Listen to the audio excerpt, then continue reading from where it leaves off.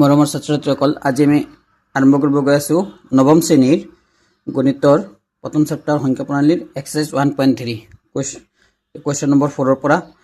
কি দিছে 0.999 পাঁচটা 9ক পি বাই কিউ আৰ্হিত প্ৰকাশ কৰা। এইটো আমি আগত কৰিছোঁ। এইটো কি আছে 0.99999 ডট ডট ডট। ঠিক আছে, এইটো কি কৰিম আমি শৰ্টকাট কৰিছিলোঁ যে এইটো যেটো সংখ্যা পুনৰাবৃত্ত হৈ আছে এইটো সংখ্যাটোৰ ওপৰত আৰু কেইটা সংখ্যা পুনৰাবৃত্ত হৈছে এটা সংখ্যাতে এটা 9 তলত। ঠিক আছে, এইটো 9 দি 9 কাটিলে এবাৰ এইটো হ'ব 1। ঠিক আছে, তাৰপিছত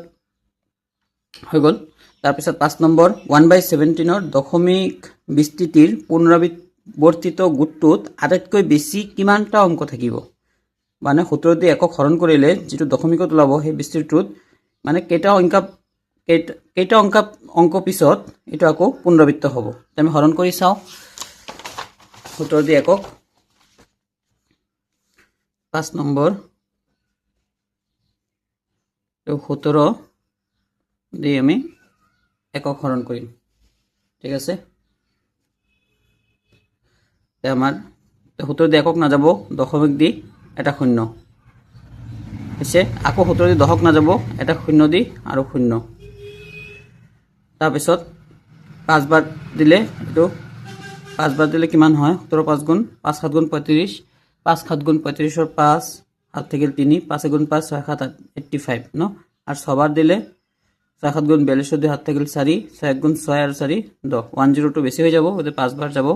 5 বাৰ দিলে কিমান হয় 85 হৈছে। আমি বিয়োগ কৰি দিলে ইয়াৰ পৰা 1 নিম 10 10ৰ পৰা ইয়াত 1 নিম 10 10ৰ পৰা 5 গলে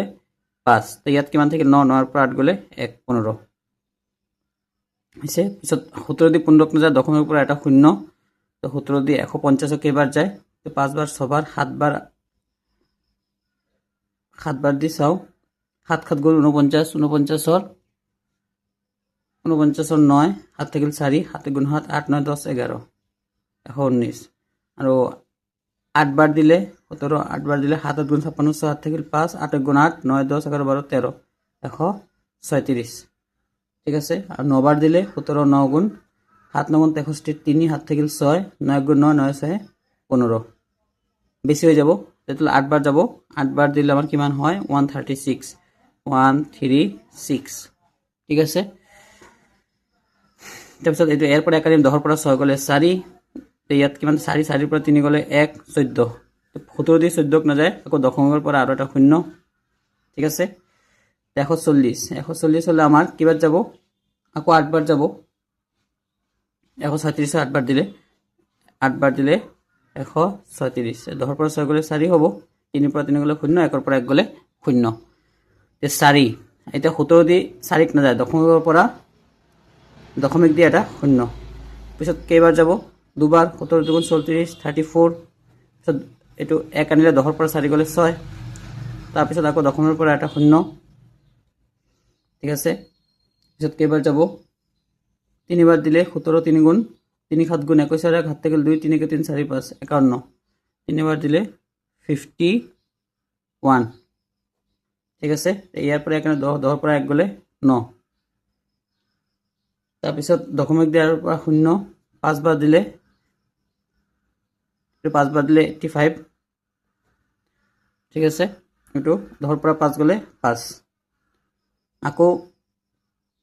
10ৰ পৰা 0 3 বাৰ দিলে 51 হয় 51 হয়, দুবাৰ দিলে 17 দুগুণ 34, তাহলে 10ৰ পৰা 4 গলে 6, পিছত ইয়াৰ পৰা 1 9 10ৰ পৰা 4 গলে 6 4ৰ পৰা 3 গলে 1 16, তাৰপিছত আকৌ কি কৰিম 17 দি 16ক না যায় দশমিক দি এটা 0, এটা 160 হলে কেইবাৰ যায় 9 বাৰ দিলে 153 ওলাই ৰাখিছো, 9 বাৰ দিলে 153, এইটো বিয়োগ কৰি 10ৰ পৰা 3 গলে 7 5ৰ পৰা 5 গলে 0 1ৰ পৰা 1 গলে 0। ঠিক আছে, তে দশমিক দি পৰা আৰু এটা 0, পিছত 3 বাৰ দিলে 51 ন 4 বাৰ দি চাওঁ 17 ৰ লগত 4 দিলে 4 7 গুণ 8 7 গ'ল 2 4 4 5 6 68 4 বাৰ দিলে 68 10 পৰা 8 গ'লে 2 হৈছে তাৰপিছত এটা দশমিকৰ পৰা 8 শূন্য পিছত আহিব 17 গুণ 17 তো 20 ৰ পৰা 17 গ'লে 3 আকৌ দশমিকৰ পৰা 8 শূন্য আকৌ 17 গুণ 17 ইয়াৰ পৰা 1 10 ৰ পৰা 7 গ'লে 3 2 ৰ পৰা 1 গ'লে 1 এসে 17 দি 13 নাযায় দশমিকৰ পৰা আৰু এটা শূন্য আহিব 130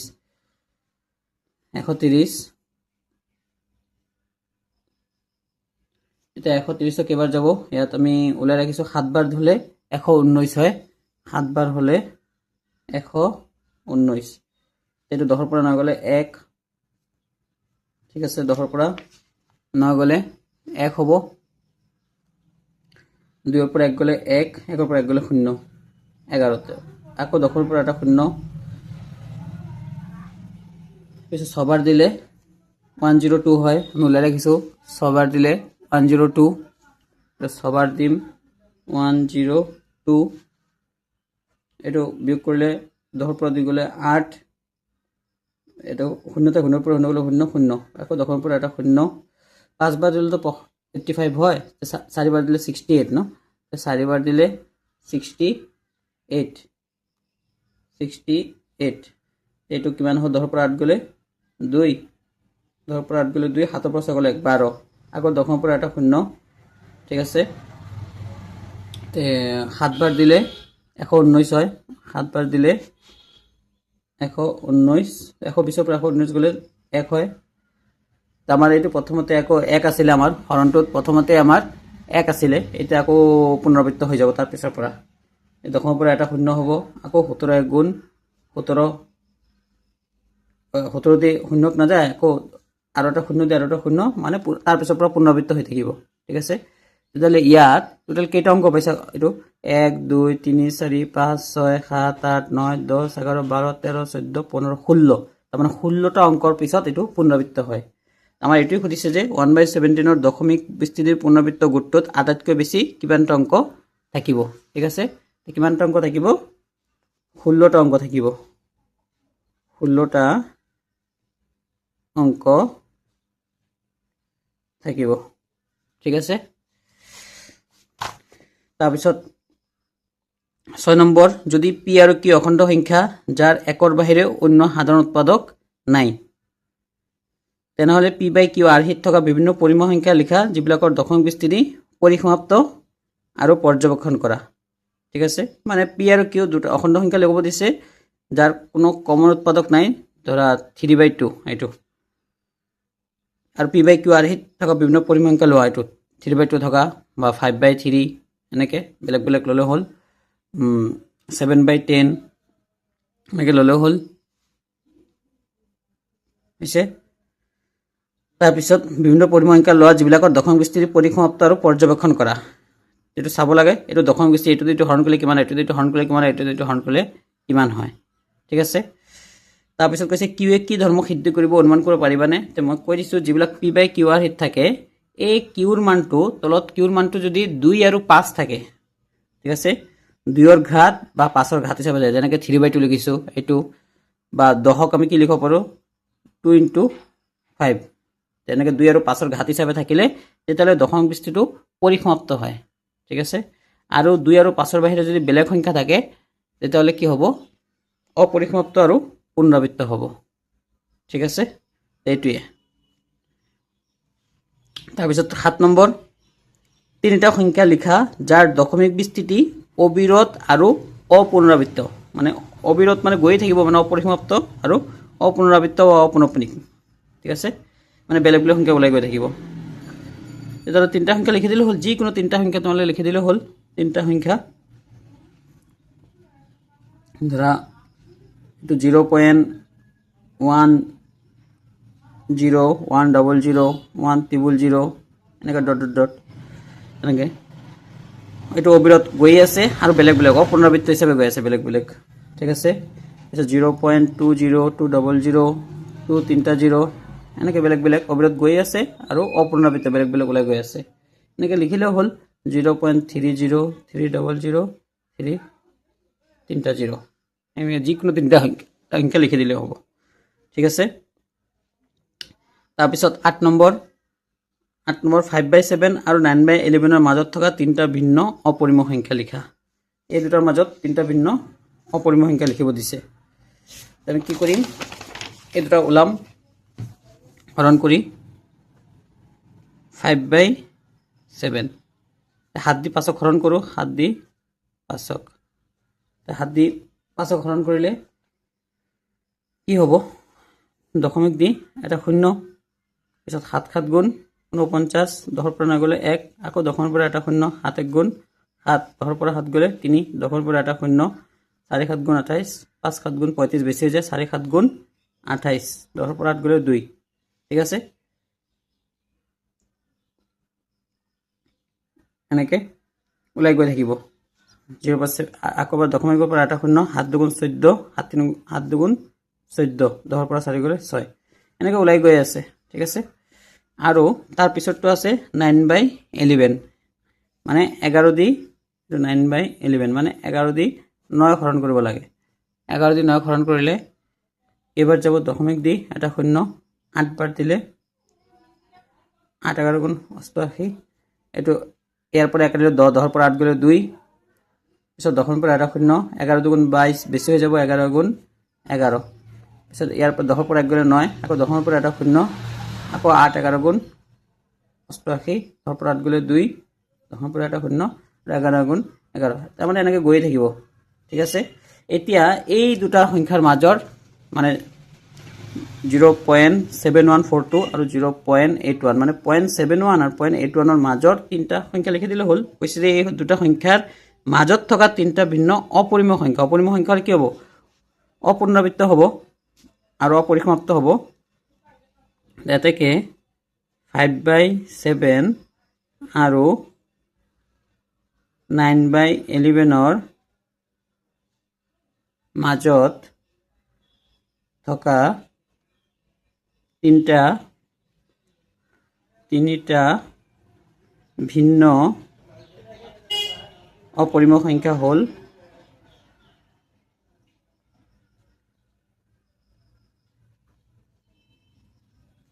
এই দুটাৰ মাজত লিখি দিলে হ'ল যে 0.71 আৰু 0.81ৰ মাজত। ঠিক আছে। এই 0.71 আৰু 0.81ৰ মাজততো বহুত আছে, 0.75 0.7500 75000 এনেকৈ এটা হ'ল, পিছত 0.76, ঠিক আছে 760 7600 7600 এনেকৈ লিখি দিলে হ'ল, 0.80 800 800 মাজৰ তিনিটা যিকোনো লিখি দিলে হ'ব। 8 নম্বৰ। পিছত 9 নম্বৰ, তলৰ সংখ্যাকেইটাক পৰিমেয় আৰু অপৰিমেয় হিচাপে শ্ৰেণীবিভক্ত কৰা। মানে কোনটো পৰিমেয় কোনটো অপৰিমেয়। √23 আমি এইটো স্কোয়াৰ হিচাপে লিখিব নোৱাৰি, তেতিয়াহ'লে এইটো কি হ'ব, অপৰিমেয়। 1 নম্বৰ √23 এইটো কি হ'ব, অপৰিমেয়। ঠিক আছে। যিটো বৰ্গমূল হিচাপে স্কোয়াৰ হিচাপে লিখি স্কোয়াৰৰ বৰ্গমূলে কটা যায় সেইটো পৰিমেয় হৈ যায়। 2 নম্বৰ কি দিছে, √225 √225ক আমি 15 স্কোয়াৰ লিখিব পাৰি, 15 স্কোয়াৰ, স্কোয়াৰ আৰু ৰুটে কেনচেল কিমান ওলাব, 15 ওলাব। তে 15টো কি হ'ব, পৰিমেয় সংখ্যা, এইটো পৰিমেয় হৈছে। তাৰপিছত 3 নম্বৰ 0.3796 আমি কি জানো, যিবিলাক সংখ্যাৰ দশমিক বিস্তৃতি পৰিসমাপ্ত মানে শেষ হৈছে সেইবিলাক কি হয়, পৰিমেয় হয়, পৰিমেয়। ঠিক আছে। 4 নম্বৰ 7.478478 এইটো ডট ডট ডট, এইটো দশম বিস্তৃতি চোৱা ভালকে, এইটো 478 পুনৰাবৃত্ত হৈ আছে আৰু পুনৰাবৃত্ত হ'লেই পৰিমেয় হয়,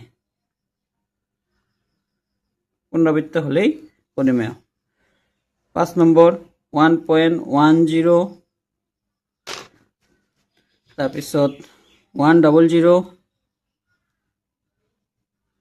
পিছত 1 তিনিটা 0 1 চাৰিটা 0 1 ডট ডট ডট এইটো কি হৈছে দশমিক স্থিতি পুনৰাবৃত্ত নহয় অপুনৰাবৃত্ত হৈ আছে অপুনৰাবৃত্ত হলে অপৰিমেয় হ'ব অপৰিমেয় ঠিক আছে তাৰপিছত 10 নম্বৰ কি কৈছে উক্তি এ কি কৈছে যে 0.6 আৰু 0.3777 পৰিমেয় সংখ্যা আমি জানো 0.6 এটো পৰিসমাপ্ত হলে পৰিমেয় আৰু এটো 0.3777 মানে পুনৰাবৃত্ত আছে পুনৰাবৃত্ত হলেও পৰিমেয় হয় গতিকে এটো সঁচা আৰু যুক্তি কি কৈছে যদি কোনো এটা বাস্তৱ সংখ্যাৰ দশমিক বিস্তৃতি পৰিসমাপ্ত অথবা অবিৰত পুনৰাবৃত্ত হয় তো পৰিসমাপ্ত হলেও পৰিমেয় হয় আৰু পুনৰাবৃত্ত হলেও তেতিয়া সংখ্যাটো পৰিমেয় হয় এটো সঁচা কথা কৈছে আৰু এটো শুদ্ধ ব্যাখ্যা গতিকে উক্তি এ আৰু যুক্তি আৰ দুয়োটাই সত্য আৰু যুক্তি আৰ টো উক্তিৰ শুদ্ধ ব্যাখ্যা গতিকে কোনটো হ'ব 3 এ হ'ব ঠিক আছে পিছৰ ক্লাছত পিছৰ অনুশীলন আৰম্ভ কৰিম থ্যাংক ইউ